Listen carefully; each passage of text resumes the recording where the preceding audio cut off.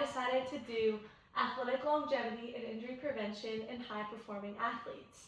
And through this, I actually got the opportunity to have an observership at Banner Sports Medicine, where I got to learn all about this potential field that I'm really interested in. And I'm really excited to tell you guys all about it. So, my guiding question was, how do training methods, recovery practices, rest, and mental health factors affect injury risk, performance, and long-term athletic longevity? And what approaches can help young athletes build and maintain healthy, sustainable careers? So, high-performing athletes are automatically at a higher risk for injury, and these injuries develop in multiple ways. The body adapts to the stress placed on it through training, and when the recovery is not prioritized, the body cannot properly adapt or heal. Injuries usually develop over time, not from one single event.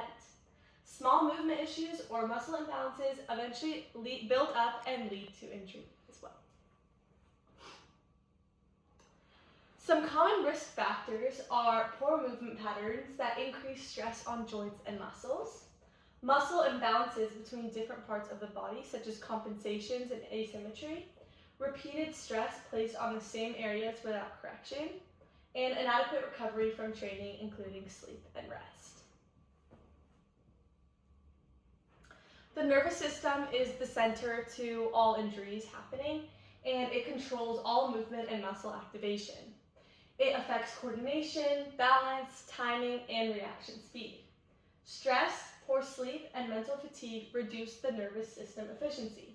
And when the nervous system is fatigued, movement becomes less controlled and injury is more risky.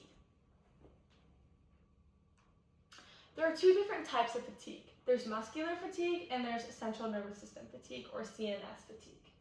So muscular fatigue usually occurs when an athlete is doing high reps, and it's when the muscles become tired or depleted, causing soreness, burning, or localized weakness.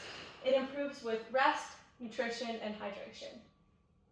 There's then neurological fatigue, which happens when an athlete uses heavy weight, and that affects the brain's ability to send signals to muscles. It leads to slower reaction time and poor coordination, and performance will drop even if the body feels physically fine. As I mentioned before, there's compensation and asymmetry, and that happens when one area of the body is weak and restricted, so then the body compensates. So for example, if I'm running and my right leg is severely injured, my left leg will take on all of the weight of my right leg, building up repeated stress, and at first it'll be fine, but then there will be a more severe injury on my left side from compensating for my injury on my right side.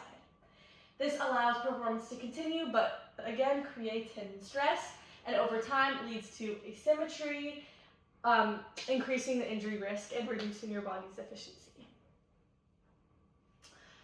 Recovery is extremely vital in any athlete's kind of path to success, and training must balance intensity, volume, and recovery. Proper load management will prevent overload and support adaptation, and sleep is one of the most important recovery tools for athletes. Muscles also recover faster than the nervous system, which the nervous system takes longer to recover. Some key takeaways that I took throughout this whole independent study were that most injuries will develop gradually over time.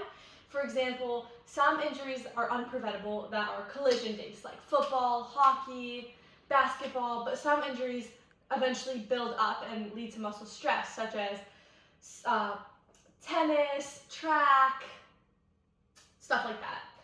And I also learned the importance of recovery. And I was also given the opportunity to conduct an interview with former MLB trainer Mark Latundra, who trained the Giants and the Yankees for over 20 years, which was so cool. And he really just emphasized all of the concepts of the importance of recovery and how baseball players manage the rigorous 162-game schedule, and talked about how small problems need to be addressed early, and just the importance of kind of maintaining that athletic longevity and injury prevention, which is exactly what my independent study was on. And Yeah, thank you so much. And my experience with Banner Sports Medicine was amazing. I had so much fun doing this independent study, and hopefully sports medicine is a career that I may pursue in the future. Thank you.